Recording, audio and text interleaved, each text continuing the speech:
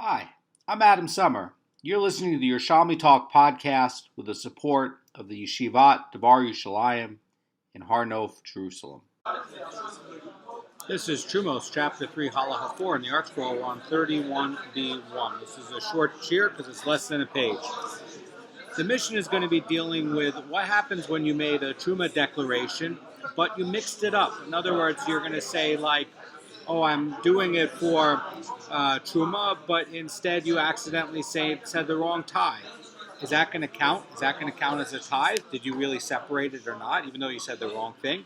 This actually goes back to a maloket between Bet Shammai and Bet Hillel. We'll get into it later. But there's a lot dealing with the legal declarations, not only with tithes, but other things like vows and netters that you accidentally misspoke. So the Mishnah starts off, and it's going to give three categories of this. It's going to start off talking about trumos and maestros and mixing them up. It's going to talk about dedications to the temple and including consecrations and mixing them up. In other words, mixing up the sacrifices when you're talking about dedicating it. It's going to also mix up oaths, and that's going to prohibit, by the way, a person to engage in some activity.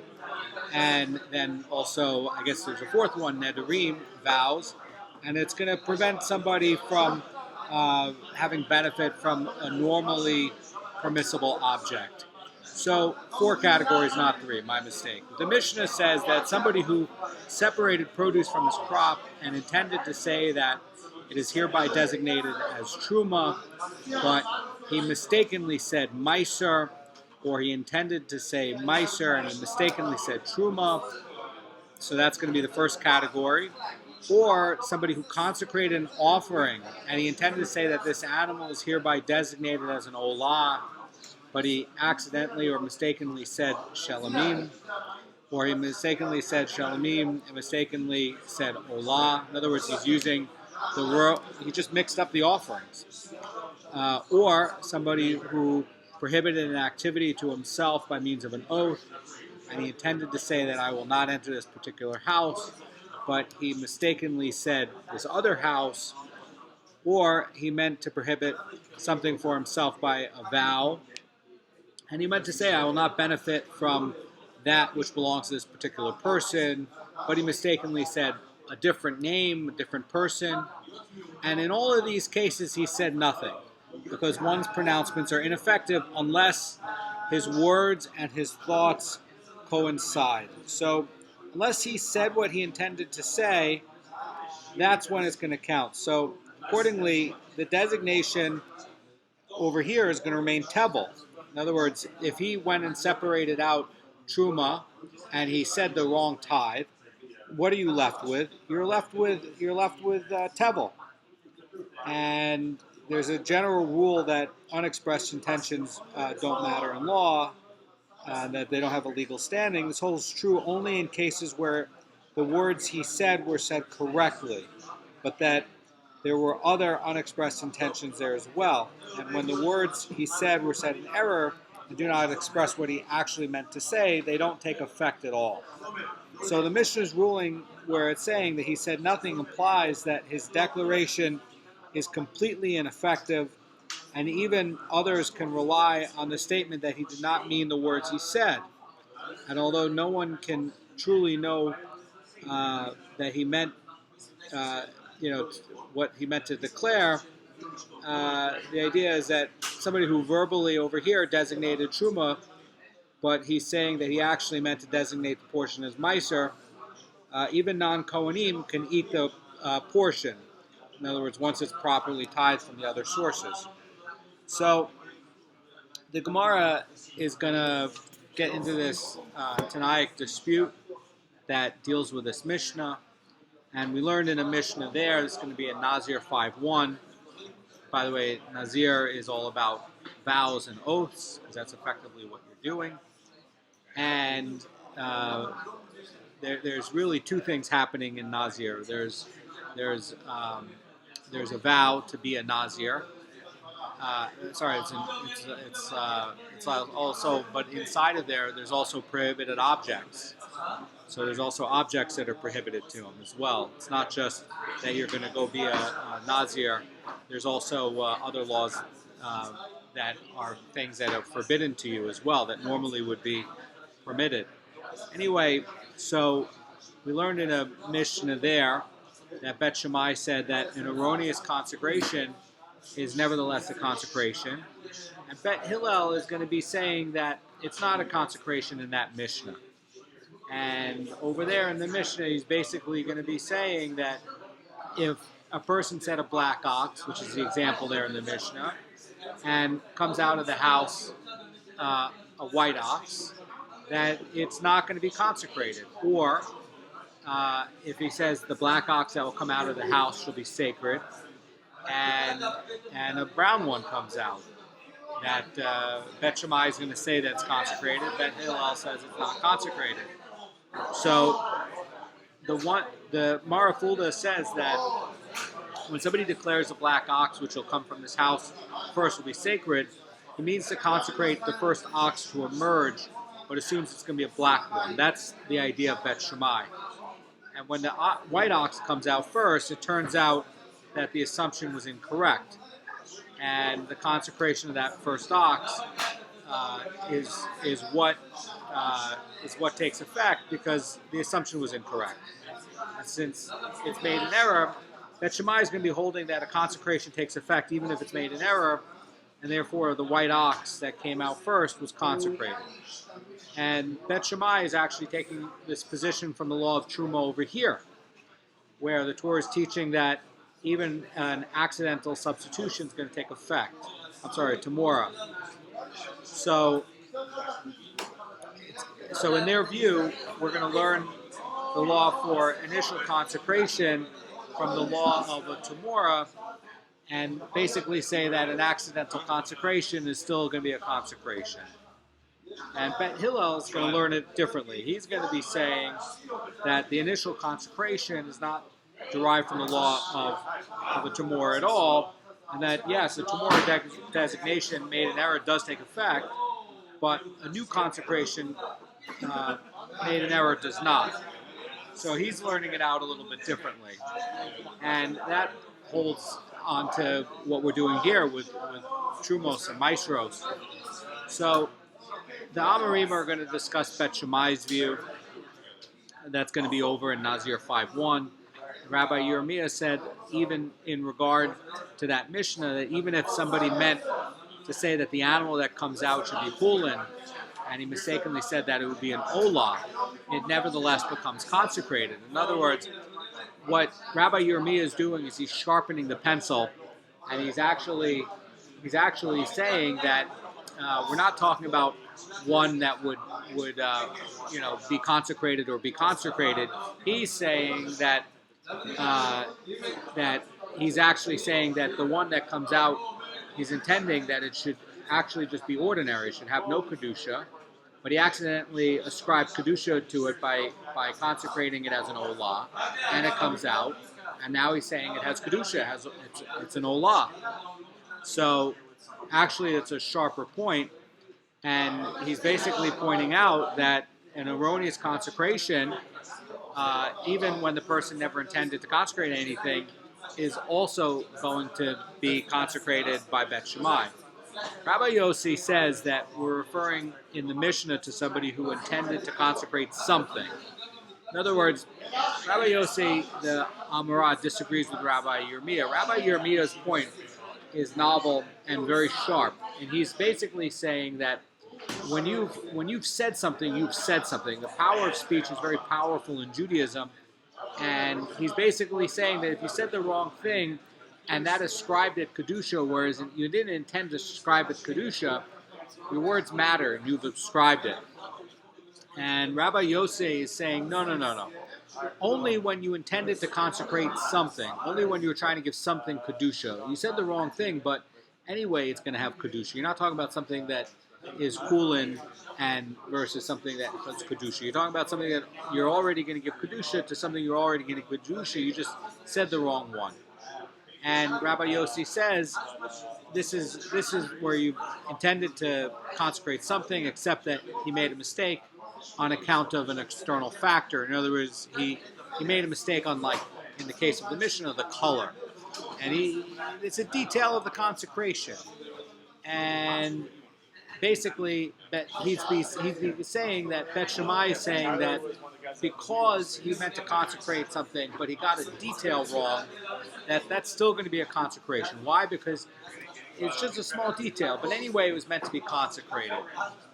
So, in this dispute about Bet Shammai's position, the Gemara is going to clarify the authorship of actually this Mishnah.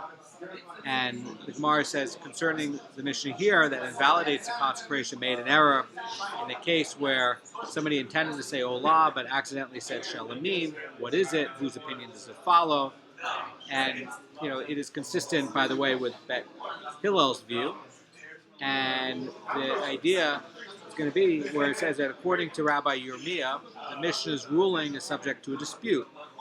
And it would follow the view of Bet Hillel, who would say that a consecration made in error is not consecrated, not considered a consecration at all. Bet Shammai would rule that the consecration would still take effect.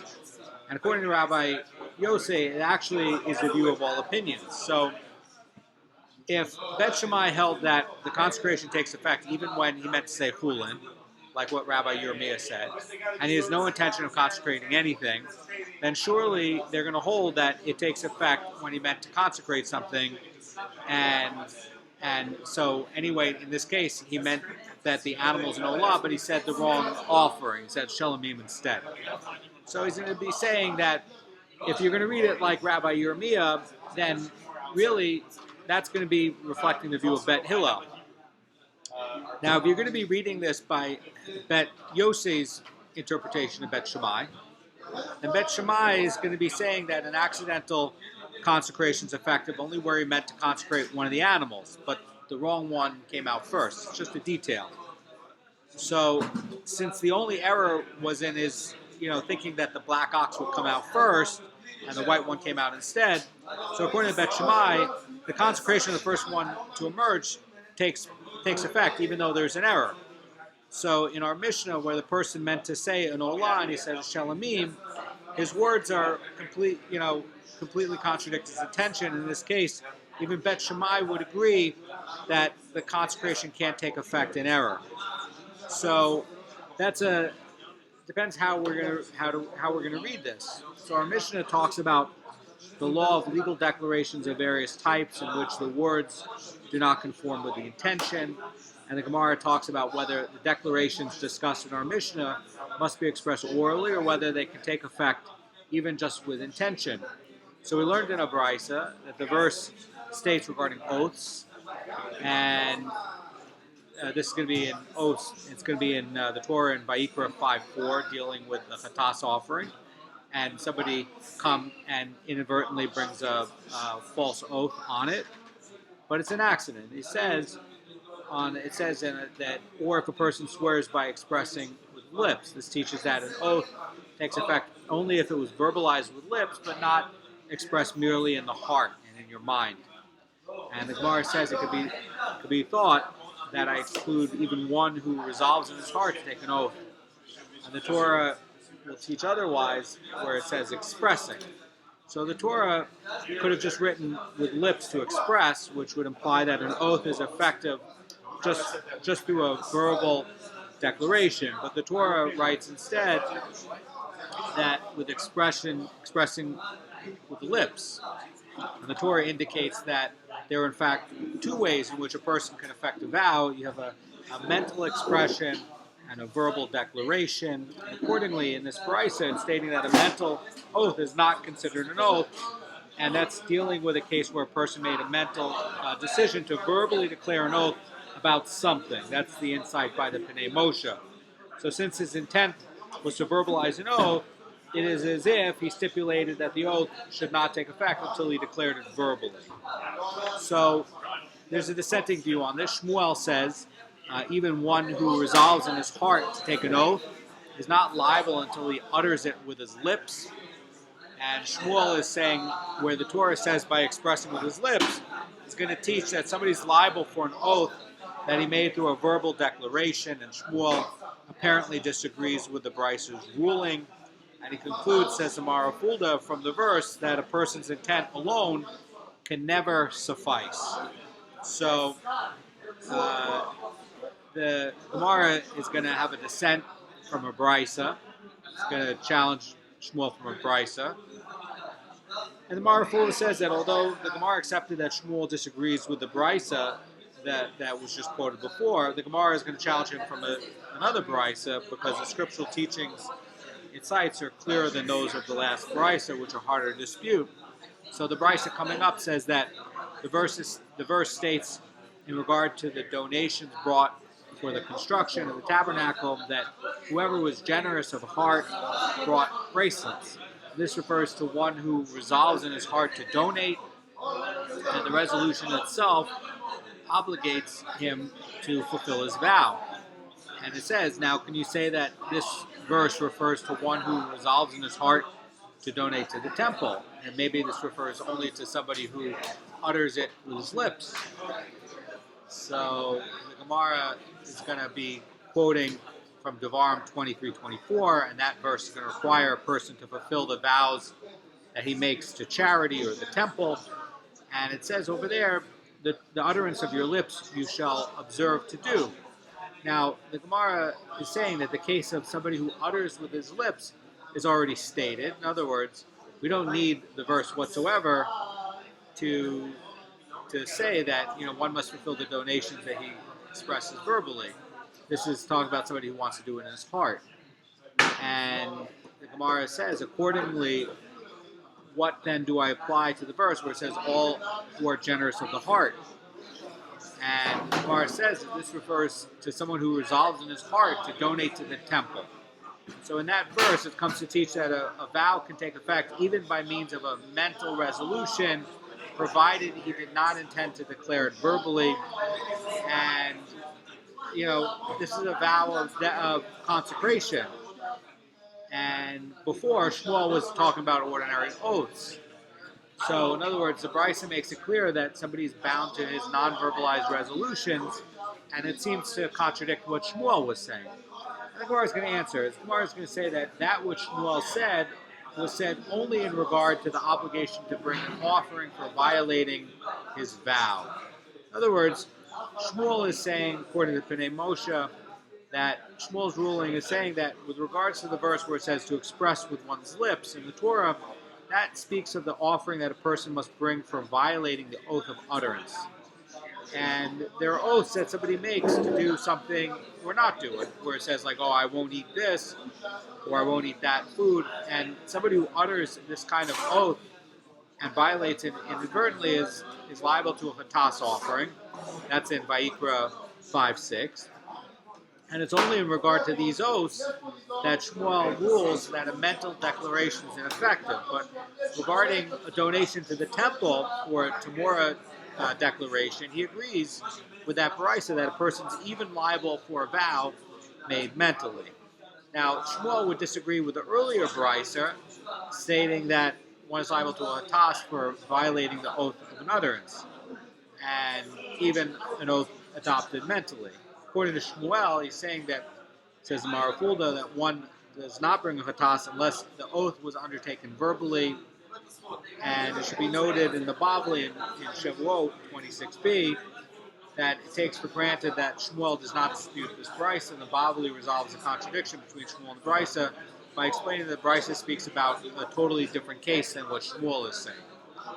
So the case over here with unspoken declarations or spoken declarations, how does it get back to say truma or meiser?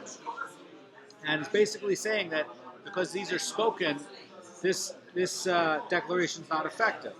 That means that somebody who separated the produce becomes neither meiser nor truma, and the reason it does not become meiser is because the declarations are in error. So why should it not become truma when a mental declaration is going to be okay for truma, even by the way, according to Shmuel? We learned that earlier. And since Shmuel is saying that a consecration,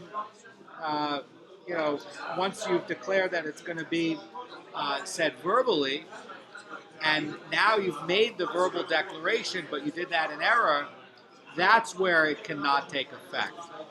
So the Rosh is going to imply that the reason is because mental vows do not take effect when they are consecrated on a verbal declaration that express them, and any more so than a declared vow can take effect when contradicted by the intention behind them. So in other words, once somebody has a vow that he declared verbally, its intentions and expressions must be consistent with each other in order for the vow to take effect. In other words, in some cases, yes, you can make a mental declaration, but once you've gone ahead and said, oh, I'm going to do something that requires a verbal declaration, the mental part and the verbal part have to coincide. And that's the point by Bet Hillel. Have a great day.